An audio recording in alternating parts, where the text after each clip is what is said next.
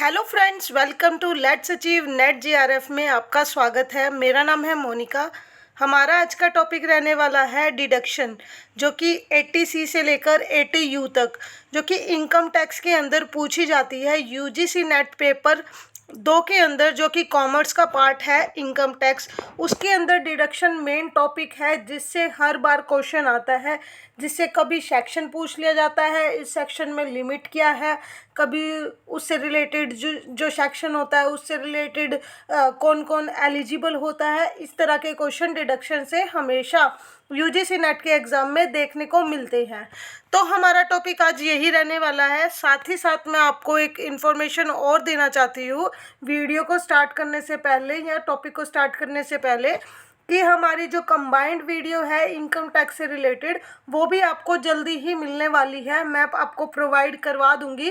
साथ ही साथ उससे रिलेटेड जो उसकी पीडीएफ है वीडियो से रिलेटेड, वो मेरे टेलीग्राम चैनल पर लेट्स अचीव नेट जीआरएफ पर आपको मिलेगी, जिसमें आपको कंप्लीट इनकम टैक्स का जो भी सिलेबस है, कंप्लीट इनकम टैक्स का सिलेबस, साथ ही साथ पीवाईक्यू, जो भी क्वेश्चन आते हैं पीवाईक्यू में, जो कि सिलेबस से अलग टॉपिक होते हैं या करंट के टॉपिक होते हैं, उनसे रिलेटेड जो क्वेश्चन होते हैं वो, और जो पीवाईक्यू का एनालिसिस होता है हर यूनिट का अलग से, जैसे इनकम टैक्स का इनकम टैक्स में, वो आपको पूरा कंबाइंड एक वीडियो में मिलने वाला है।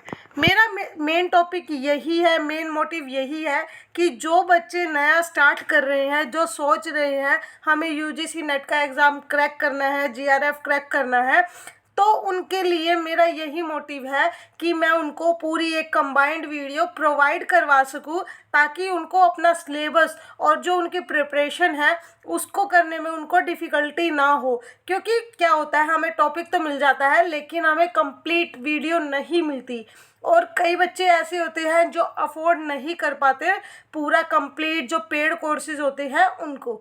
तो हम अपनी वीडियो को स्टार्ट करते हैं। डिडक्शन क्या होती है, जिसमें हम कंप्लीट 80C से लेकर 80U तक उसमें कवर करने वाले हैं।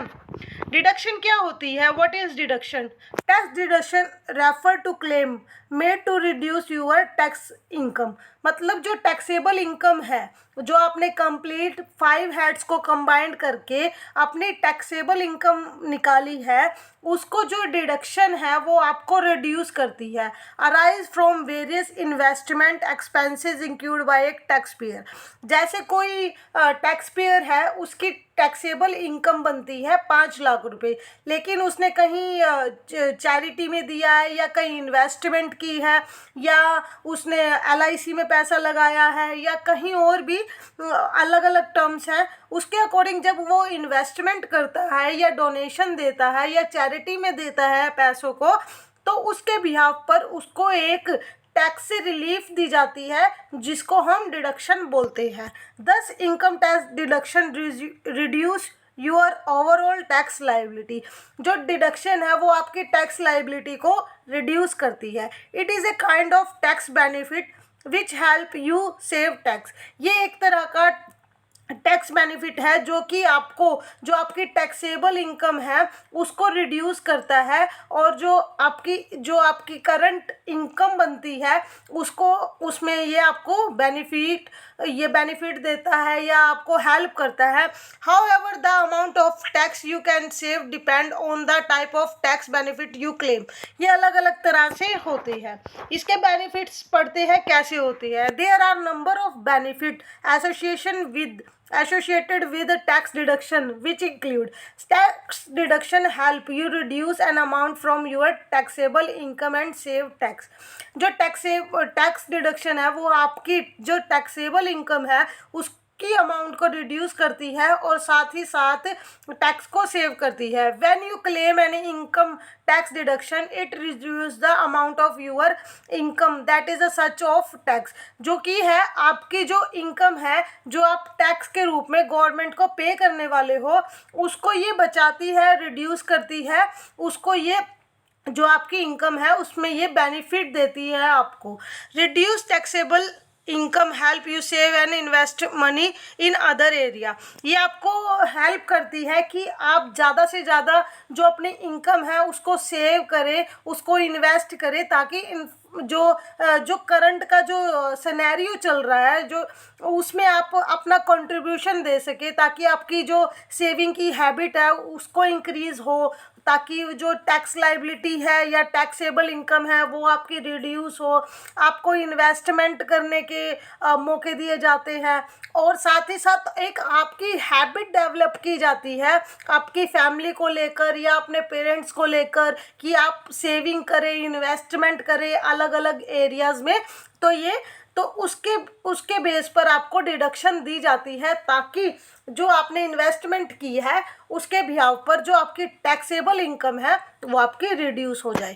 Tax deduction first reduce the income subject to the highest tax bracket, so you can claim deduction from the amount spent in tuition fees, medical expenses and charitable contribution. ये अलग अलग तरह से डिडक्शन मिलती है, जो कि आपकी मेडिकल एक्सपेंसेस से रिलेटेड हो सकती है, चैरिटी से रिलेटेड हो सकती है, इन्वेस्टमेंट से रिलेटेड हो सकती है, डोनेशन से रिलेटेड हो सकती है, या आपकी जो आपने जो लोन लिया है उससे रिलेटेड हो सकती है, हाउस लोन से रिलेटेड हो सकती है। तो ये अलग अलग तरह से डिडक्शन होती है, उनकी लिमिट्स होती है, उनको हम आगे डिस्कस करेंगे कैसे होती है।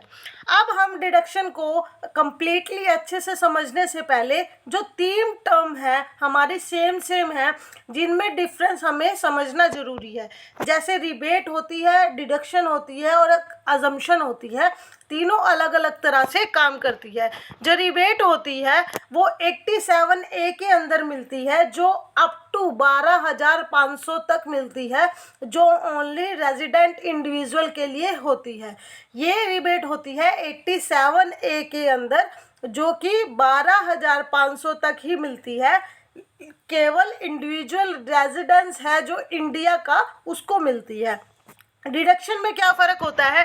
डिडक्शन को आप कब क्लेम कर सकते हो? जब आपने इन्वेस्टमेंट की हो, ईपीएफ में, पीपीएफ में, ईएलएसएस में, लाइफ इंश्योरेंस में, एनपीएफ में, 5 ईयर एफडी में। इस तरह की जो 80C की जो डिडक्शन है, ये जिनमें इन्वेस्टमेंट आ गई, इंश्योरेंस आ गया, एनपीएस आ गया, एफडी आ गई, डोनेशन हो गई 80G से रिलेटेड, एजुकेशन लोन हो गया, होम लोन हो गया, ये सब expenses for child education, disability member, ये सब हमारा डिडक्शन का पार्ट बनते हैं, जिनको हम क्लेम कर सकते हैं। जो हमारी टैक्सेबल इनकम है उसको ये रिड्यूस कर देंगे। फिर आती है अजम्पशन। अजम्पशन अलग कैसे होती है? अजम्पशन होती है प्रोविडेंट फंड और सुकन्या समृद्धि मैच्योरिटी अमाउंट से रिलेटेड, जो डायरेक्टली आपकी अजम्प्ट होती है टैक्सेस से।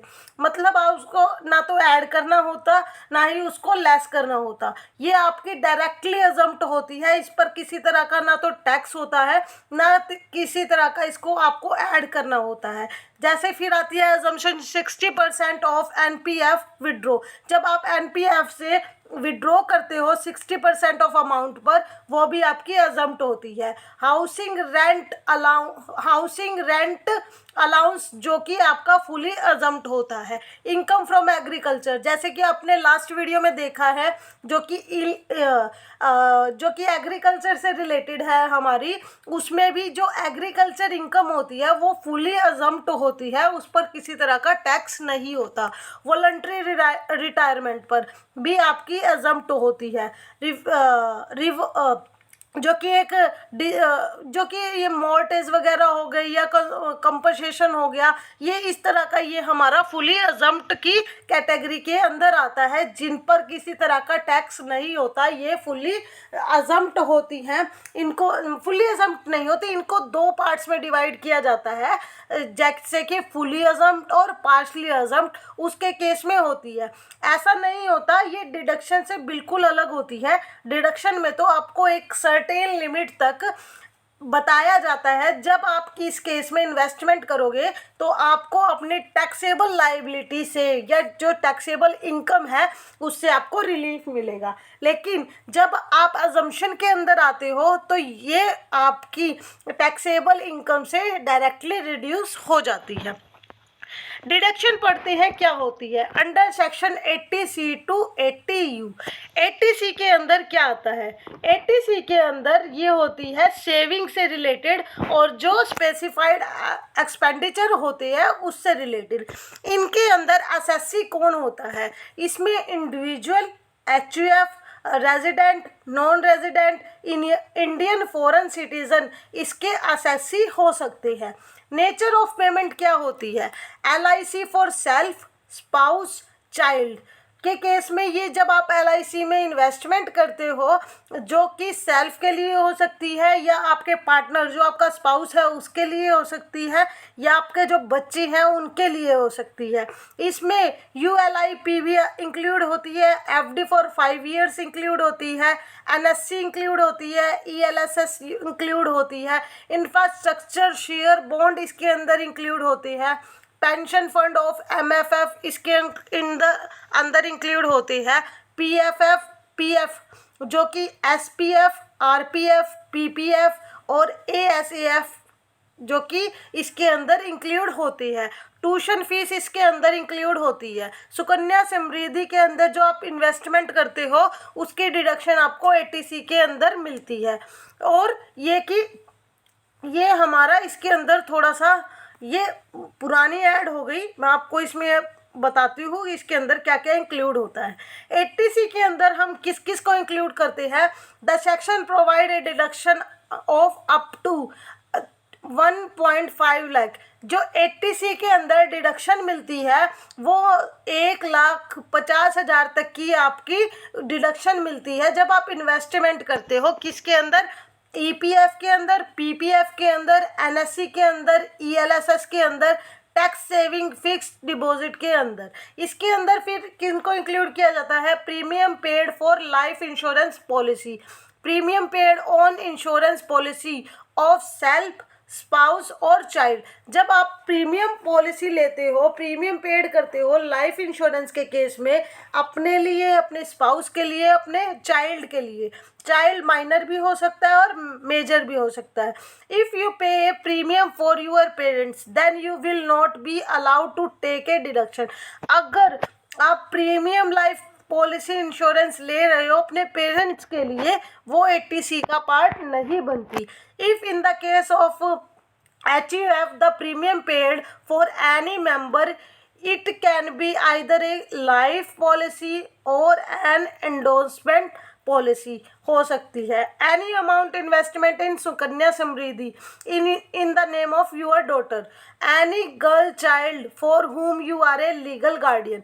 मतलब आप जब सुकन्या समृद्धि योजना के अंदर इन्वेस्टमेंट करते हो अपनी बेटी के नाम जो जिसके आप लीगल गार्डियन हो, उस केस में भी आपको 80C की डिडक्शन मिलती है।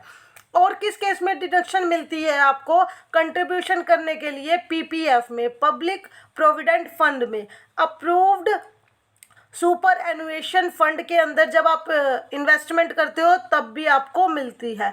लाइफ इंश्योरेंस के केस में या insurance unit linked insurance plan के केस में और LIC म्यूचुअल फंड के केस में भी आपको 80C की डिडक्शन मिलती है। इसके बाद आते हैं 80CCC के केस में कैसे डिडक्शन मिलती है और कौन कौन से इसके अंदर प्रोविजन है। This section provide a deduction for contribution made to annuity plan of LIC और any other insurance for receiving pension. इसके अंदर आपको डिडक्शन लेनी है तो आपका कंट्रीब्यूशन होना चाहिए जो एन्युटी प्लान है LIC का और अदर इंश्योरेंस का फॉर रिसीविंग पेंशन, वो 80CCC का पार्ट बनती है। Under section 80CCC income tax deduction for contribution made in specified pension plan can be claimed. That tax deduction can be claimed by individual, resident और non resident. इसके अंदर जो assessee होंगे वो कौन होगा? इंडिविजुअल हो सकता है, रेजिडेंट हो सकता है या नॉन रेजिडेंट इसका पार्ट बन सकता है। और जो मैक्सिमम डिडक्शन है 80C को मिलाकर, 80CCC को मिलाकर, 80CCD1 को मिलाकर वो होती है हमारी 1,50,000 रुपये। जब इन तीनों में आपने इन्वेस्टमेंट की है तो जो आपकी डिडक्शन है वो 1,50,000 से ज़्यादा नहीं हो सकती। ये इसके अंदर डिडक्शन की मैक्सिमम लिमिट दी है। इसके बाद आते हैं 80 CC-D1 के अंदर क्या दिया गया है। Any income tax deduction for contribution made by individual for eligible NPS.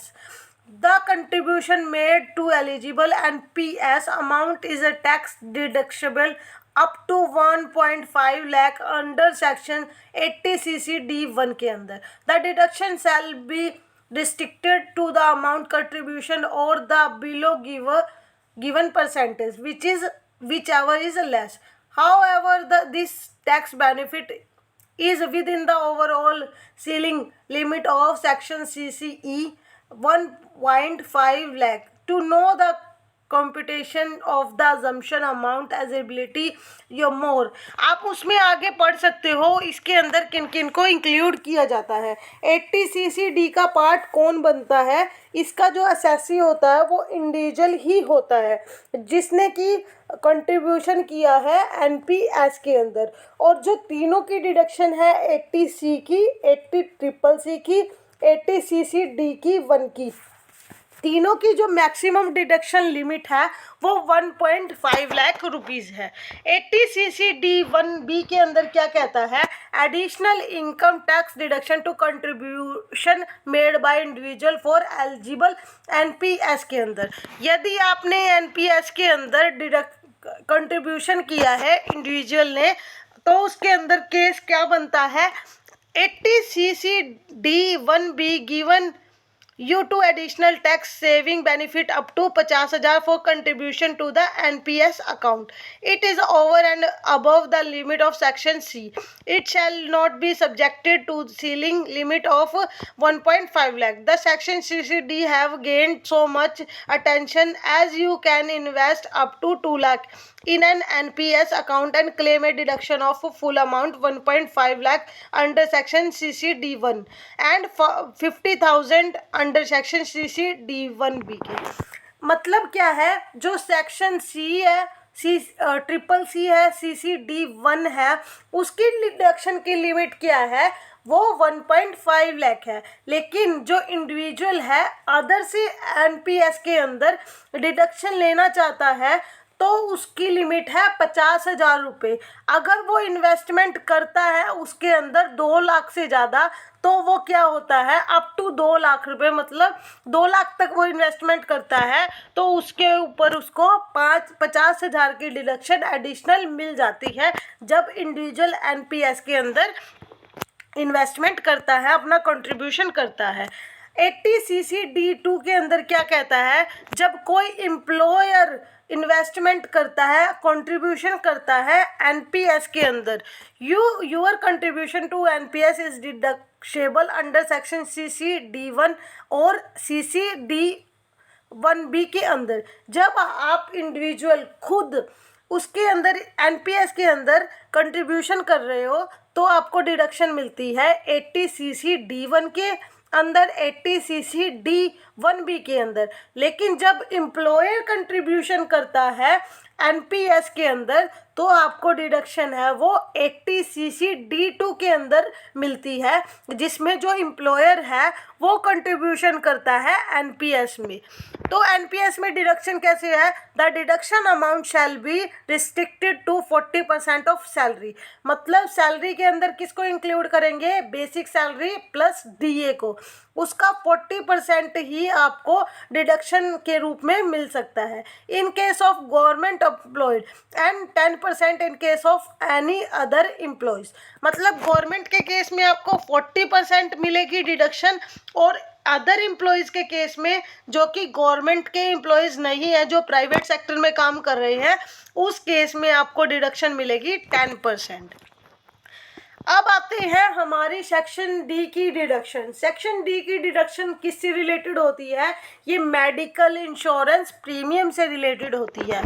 80C की डिडक्शन होती है हमारी इन्वेस्टमेंट से रिलेटेड, और डी की हमारी रिलेटेड होती है मेडिकल इंश्योरेंस, मेडिकल से रिलेटेड, डिसेबिलिटी से रिलेटेड। इसके अलग अलग पार्ट है, उसको पढ़ेंगे।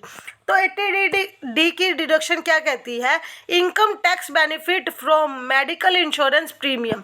मेडिकल इंश्योरेंस प्रीमियम के लिए हमारी 80D की डिडक्शन है, जिसके अंदर मेडिकल इंश्योरेंस प्रीमियम आ जाएगा, एक्सपेंडिचर और प्रिवेंटिंग हेल्थ चेकअप आ जाएंगे, अदर मेडिकल एक्सपेंसेस इसका पार्ट बन जाएंगे, जिसमें अलग अलग तरह के डिडक्शन के प्रोविज़न दिए हुए हैं। तो इसको पढ़ते हैं। इन केस ऑफ इंडिविजुअल, अगर कोई इंडिविजुअल इसके अंदर इन्वेस्टमेंट कर रहा है, इसके अंदर अपना कंट्रीब्यूशन दे रहा है, तो उसको कैसे बेनिफिट मिलता है? If you self, spouse on depending child are below 60 year of age, then the maximum deduction is 25,000। अगर आपका जो कोई चाइल्ड, आपका स्पाउस है या चाइल्ड है या सेल्फ है, जिसकी उम्र 60 साल से कम है, तो आपकी मैक्सिमम आपको डिडक्शन मिलेगी 25,000 रुपये की। If your parents are also below 60 of age, then the maximum deduction is 25,000। मतलब जब आप 60 साल से कम हो, उसके इसमें आप सेल्फ भी आ जाओगे, स्पाउस के लिए भी कर सकते हो, या आपका कोई चाइल्ड है, डिपेंडिंग है, उस केस में भी आप कर सकते हो। तो आपकी डिडक्शन है 25,000 रुपये है, जब आपकी उम्र 60 साल से कम है। और जब आप अपने पेरेंट्स के केस में डिडक्शन लेना चाहते हो, जिनकी उम्र 60 साल से कम है, उस केस में भी आपकी जो मैक्सिमम डिडक्शन लिमिट है वो 25,000 है। जब इन दोनों डिडक्शन को एग्रीगेट कर देते हैं, तो मैक्सिमम लिमिट आती है हमारी 50,000 रुपये। दूसरे केस में क्या है? दूसरे केस में क्या है? इफ़ यू आर स्पाउस और सेल्फ डिपेंडिंग चाइल्ड बिलो 60, तो आपकी डिडक्शन वही है 25,000 रुपये, लेकिन आपके जो पेरेंट्स हैं उनकी उम्र 60 साल से ज़्यादा है, तो जो डिडक्शन की मैक्सिमम लिमिट है वो बढ़ जाएगी। वो क्या हो जाएगी? 50,000 रुपये हो जाएगी। और जब हम इसका एग्रीगेट करेंगे तो मैक्सिमम लिमिट निकल के आएगी 75,000 रुपये दोनों की। और तीसरे केस में क्या है?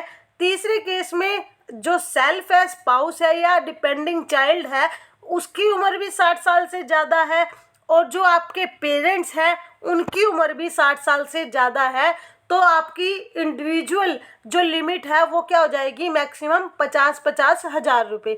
और जब हम इसको एग्रीगेट करेंगे तो वो मैक्सिमम लिमिट हो जाएगी 1,00,000 रुपये।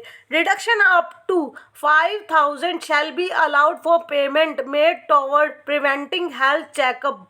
जो 5,000 रुपये है प्रिवेंटिंग हेल्थ चेकअप के, वो आपके 25,000 और 50,000 के अंदर ही इंक्लूड होते हैं। वो सेल्फ के केस में भी हो सकता है, स्पाउस के केस में भी हो सकता है, डिपेंडिंग चाइल्ड के केस में भी हो सकता है, डिपेंडिंग पेरेंट्स के केस में भी हो सकता है during the previous year. However, the said deduction of 5,000 shall be within the overall limit of 25,000 और 50,000। मतलब जो मैंने आपको बताया वो ओवरऑल लिमिट का ही पार्ट बन जाती है, जो कि प्रिवेंटिंग हेल्थ चेकअप के जो 5,000 हैं वो 25,000 और 50,000 के अंदर ही इंक्लूड होती है। अब आते हैं सेक्शन 80DD की deduction, income tax deduction in medical treatment of A depending with disability. मतलब जो डिपेंडिंग भी है और जिसको डिसेबिलिटी भी है, उसका मेडिकल ट्रीटमेंट करवाना है, तो उस केस में जब आपको डिडक्शन मिलती है वो 80DD का पार्ट बनती है। Provide an income tax benefit to extend 75,000 when disability is 40% और more but less than 80%। जब जो डिडक्शन है वो 40% से तो ज़्यादा है लेकिन 80% से कम है, उस केस में आपको डिडक्शन मिलती है, उसकी लिमिट मिलती है 75,000 तक। जब सेवरेज डिसेबिलिटी होती है, जिसके केस में जो डिसेबिलिटी का पैरामीटर दिया है वो 80% या उससे ज़्यादा का है, उस केस में आपको डिडक्शन मिलती है 1,25,000 रुपये। The benefit can be availed for incurring medical expenditure for a disability depending relative. मतलब जो भी आपका रिलेटिव, वो स्पाउस हो सकता है, सेल्फ नहीं स्पाउस हो सकता है, आपका कोई रिलेटिव हो सकता है, फैमिली ब्लड रिलेशन हो सकता है, उसकी जो डिडक्शन होती है वो आपको 80DD के अंदर मिलती है। अब आते हैं 80DDB के अंदर। ये होती है, ये हमारी स्पेसिफाइड डिसीजेस के लिए होती है। The income tax reduction under section DDB serves as financial help for those suffering from a serious disease or taking care of such depending family member. The deduction is allowed regarding the amount paid for the medical treatment of such disease or element और specified person. The maximum deduction कितनी होती है? A senior citizen के case में 1,00,000 होती है और other than senior citizen के केस में 40,000 होती है। ये मिसप्रिंट हो गया यहाँ पर, ये 40,000 इसकी डिडक्शन होती है। तो 40,000 होती है वैसे सीनियर सिटीजन के केस में, लेकिन जो कि सुपर सिटीजन है, सीनियर सिटीजन है, उसके केस में क्या होती है? उसके केस में 1,00,000 इसकी लिमिट होती है। 1,00,000 लिमिट तो इसकी होती है। और नॉर्मल के केस में क्या होती है? नॉर्मल के केस में इसकी लिमिट होती है 40,000 रुपीज़। अब आते हैं 80E की डिडक्शन। 80E की डिडक्शन का क्या अंदर होता है? 80D की डिडक्शन तब मिलती है, E की डिडक्शन तब मिलती है interest paid on higher education loan. जब आपने हायर एजुकेशन का लोन लिया है, उसके ऊपर जब इंटरेस्ट पे करना है, उसके ऊपर आपको 80E की डिडक्शन मिलती है। The interest paid on higher education loan taken from self, spouse, child or student of whom you are a legal guardian is eligible for income tax deduction under section A। मतलब जब आपने higher education का loan लिया है self के लिए, spouse के लिए, अपने चाइल्ड के लिए या ऐसे स्टूडेंट के लिए जिनके आप लीगल गार्डियन हो, उस केस में आपको जब उसके ऊपर इंटरेस्ट पे करना हो तो आपको 80E की डिडक्शन एलिजिबल होती है। The tax benefit is available for the 8 assessment year. ये आपको 8 साल तक जो असेसमेंट ईयर है उसमें मिलेगी। The current year the end the next 7 year without maximum limit. मतलब कोई इसकी लिमिट नहीं होती। जो आपका करंट ईयर चल रहा है और जो आने वाले 7 साल है, उस 7 सालों में आपको, और जो करंट का ईयर है उसमें आपका जो इंटरेस्ट है वो फुली डिडक्ट होता है। डिडक्शन उसमें आपको मिल जाती है, उसकी कोई मैक्सिमम लिमिट नहीं होती। 80E के अंदर क्या आता है? जब आपने हाउस लोन लिया हो, 80E provide an additional deduction up to 50,000 in respect of interest on a loan taken by an individual to acquire resident house property for any financial institute। और 80E deduction is an additional to the deduction available under section 24 while computing income from house property। इसकी क्या होता है? ये available होता है section 24 के अंदर भी। जब आप कंप्यूट कर रहे हो इनकम टैक्स को, जब आपने सेक्शन वाइज जो अलग अलग आप इनकम फ्रॉम हाउस प्रॉपर्टी में भी इसकी जो डिडक्शन है सेक्शन 24 के अंदर भी इसकी मिलती है। The condition for availing deduction of interest are, जैसे कि आपने जो आपकी लिमिट है हाउस लोन की वो 50 लाख से ज़्यादा नहीं होनी चाहिए, और जो लोन लिया है नहीं, जो आपकी हाउस की जो वैल्यू है वो 50 लाख से ज़्यादा नहीं होनी चाहिए, और जो आपने लोन लिया है वो 35 लाख से ज़्यादा नहीं होना चाहिए। इंडिविजुअल और not on any residential house property on date of loan sanction. जब आपने लोन लिया है हाउस प्रॉपर्टी के ऊपर, इंडिविजुअल के पास कोई not on any resident house property, उसके पास कोई अपनी रेजिडेंट प्रॉपर्टी नहीं होनी चाहिए। Loan section by a financial institute between financial year 2016-17 and financial year 2018-19। मतलब ये जो फाइनेंशियल ईयर 16-17 से लेकर 18-19 तक है फाइनेंशियल ईयर, उसके अंदर जो लोन सैंक्शन हुए हैं उसके ऊपर जो 80E की डिडक्शन है उनके ऊपर एप्लीकेबल होती है। अब आते हैं 80EE की डिडक्शन। 80EE की डिडक्शन हमारी एप्लीकेबल होती है फर्स्ट टाइम हाउस जब आपने बाय किया है उसके ऊपर ये आपकी डिडक्शन अप्लाई होती है 80EE की डिडक्शन। इसके बाद आते हैं 80EE बी की डिडक्शन। EEB की deduction, income tax deduction for repayment of electronic vehicle loan. जब आप इलेक्ट्रॉनिक व्हीकल लोन लिया है उसकी रीपेमेंट कर रहे हो उस टाइम 80EB की डिडक्शन के अंदर आपको बेनिफिट मिलता है।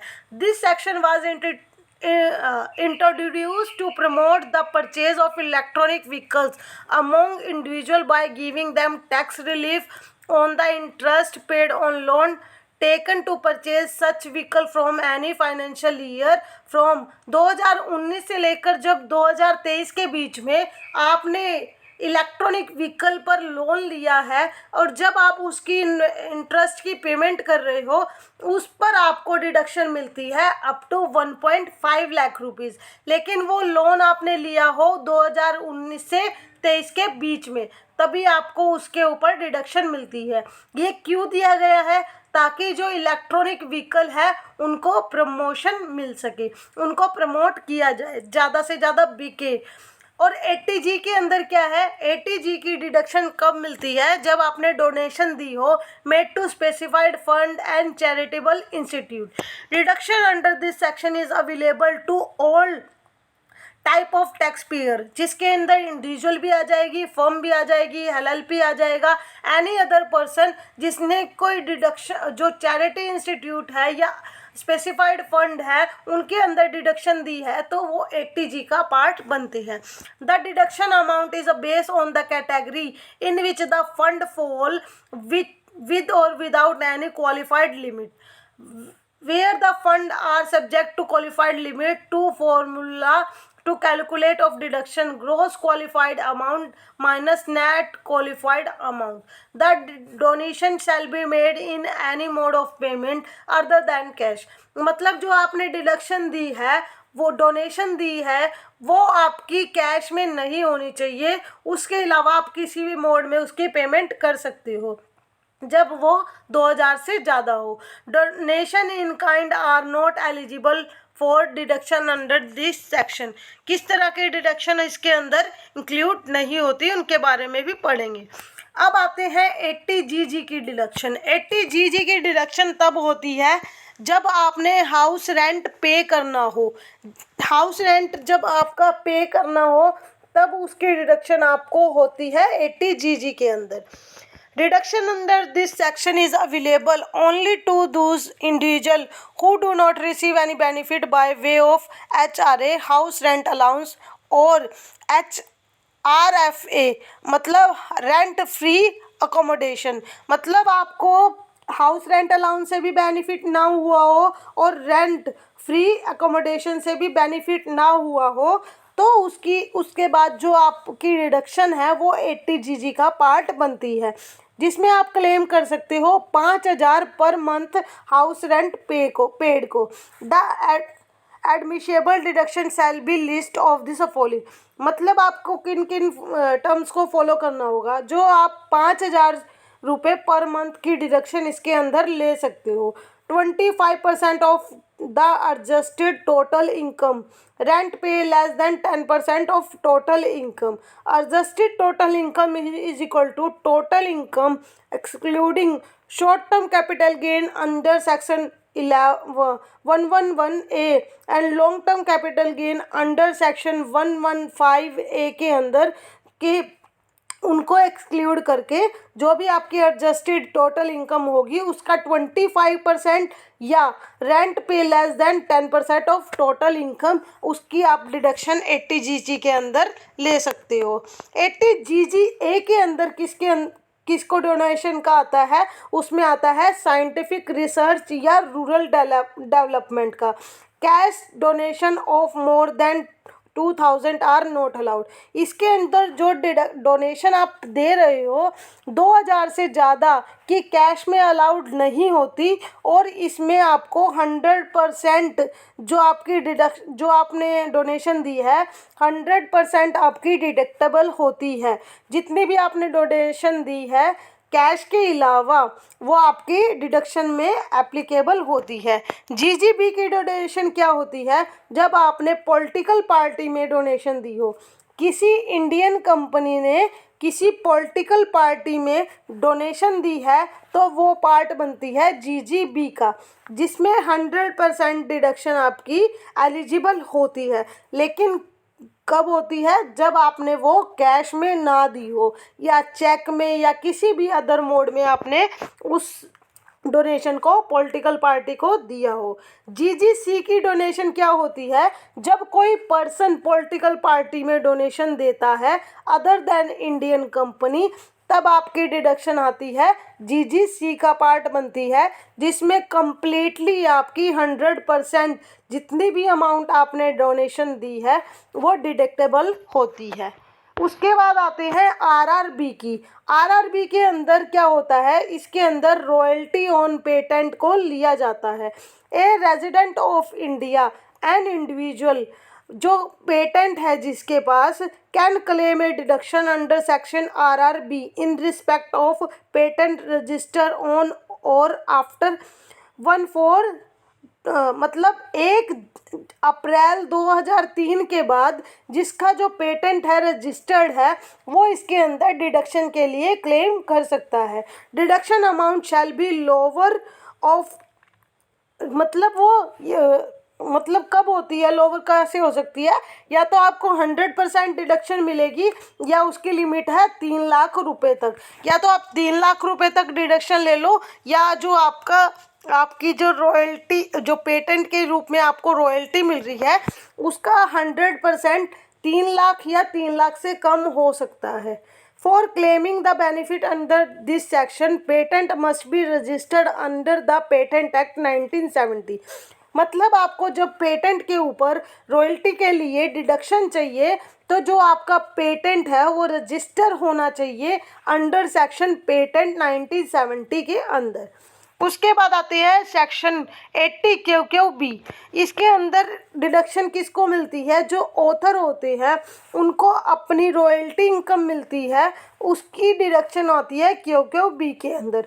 इसमें भी वही कंडीशन है, या तो आपकी मैक्सिमम लिमिट 3 लाख रुपए होती है, या उसको आप अदर केस में क्या होता है 50% of the value of book sold during the previous year.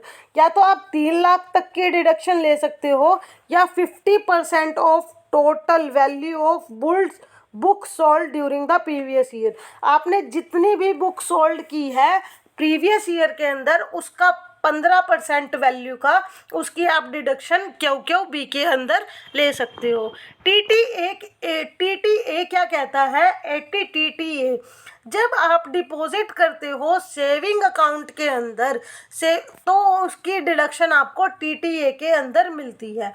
Deposit in saving bank, account of bank, corporative bank और पोस्ट ऑफिस। जब आप पोस्ट ऑफिस, बैंक या सेविंग बैंक अदर इसमें अपनी इन्वेस्टमेंट करते हो या डिपॉजिट करते हो उसकी डिडक्शन आपको टीटीए के अंदर मिलती है। इसकी डिडक्शन किस किस को मिलती है? इंडिविजुअल को मिलती है और एचयूएफ को मिलती है। Other than resident senior citizen को इसके अंदर डिडक्शन नहीं मिलती, उनका अलग से सेक्शन होता है। इसकी डिडक्शन की मैक्सिमम लिमिट क्या होती है? 10,000 इसकी मैक्सिमम लिमिट होती है। इसके बाद आते हैं टीटीबी की डिडक्शन क्या होती है? ये वही होती है सेविंग अकाउंट में डिपॉजिट से रिलेटेड होती है, लेकिन ये सीनियर सिटीज़न के लिए होती है जो कि 60 साल से जिनकी उम्र ज़्यादा हो, जिन्होंने बैंक किसी में पोस्ट ऑफिस में या अपने अकाउंट में सेविंग अकाउंट में अपना डिपॉजिट किए हो पैसे, उस केस में आपको डिडक्शन मिलती है। टीटीबी की डिडक्शन कितनी लिमिट होती है? इसकी मैक्सिमम लिमिट होती है 50,000 रुपये।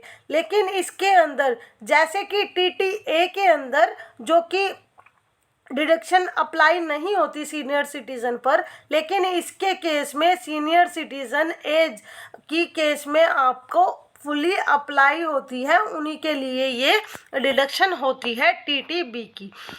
अब आते हैं सेक्शन 80U की डिडक्शन। 80U की डिडक्शन होती है डिसेबिलिटी इंडिविजुअल के लिए। जैसे डीडीबी की डिडक्शन होती है आपके रिलेटिव्स के लिए या अपने फैमिली मेम्बर्स के लिए, जिसमें आप इंडिविजुअल को जो आप सेल्फ के लिए डिडक्शन लेते हो उसके अंदर नहीं आती। उसके लिए अंदर अलग से एक पार्ट बना हुआ है जो कि 80U है। जब आप खुद डिसेबल हो किसी बीमारी से, उसकी डिडक्शन आपको 80U के अंदर मिलती है। Resident individual certified by medical authority और government doctor to be a person with a disability 40% और मोर, तब आपको मिलती है 75,000 की डिडक्शन इसके अंदर। लेकिन जब आपकी डिसेबिलिटी या किसी पर्सन की डिसेबिलिटी 80% या उससे ज़्यादा है तो आपकी डिडक्शन होती है 1,25,000 रुपये, और जो कि सारे एक्सपेंसेस वगैरह इसके अंदर ही इंक्लूड होते हैं। जो अदर ये फिक्स होती है, इसमें अदर और कोई इंक्लूड नहीं होता।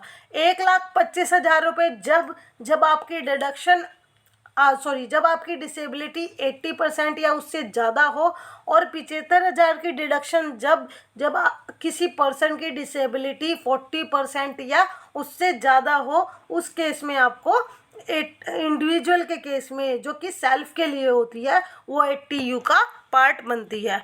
आई होप आपको पूरी सेक्शन अच्छे से समझ में आई हो। मैंने इसमें और भी क्लिप्स और भी पेज ऐड किए हैं मैंने इसके अंदर PDF के अंदर, जो कि आप पढ़ सकते हो, आपके लिए वैल्यूएबल है। मैं आपको ये PDF मेरे टेलीग्राम चैनल पर लेट्स अचीव नेट GRF पर आपको ये फॉरवर्ड कर दूंगी, आप वहाँ से इसको डाउनलोड कर सकते हो। और इसमें मैंने और भी अलग अलग तरह से जो कि सेक्शन से रिलेटेड ही है, अलग अलग पेज ऐड किए हैं जिनको आप पढ़ के और ज़्यादा अंडरस्टैंड कर सकते हो, अपने नोट्स बना सकते हो।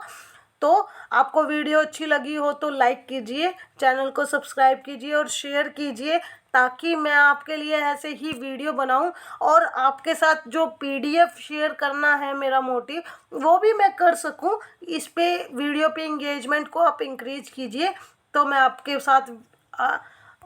साथ PDF ज़रूर शेयर करूंगी मेरे टेलीग्राम चैनल पर। आप उसको भी ज्वाइन कर सकते हो, और वहाँ पर आपको अपडेट मिलती ही रहती हैं। जो भी करंट अपडेट होती है UGC नेट से रिलेटेड, वो आपको मेरे टेलीग्राम चैनल पर ही मिलती है। वो मैं आपको वहीं पर बताती रहती हूँ, आप उसको ज्वाइन करिए, वहीं मैं आपको PDF शेयर करूँगी। Thank you so much.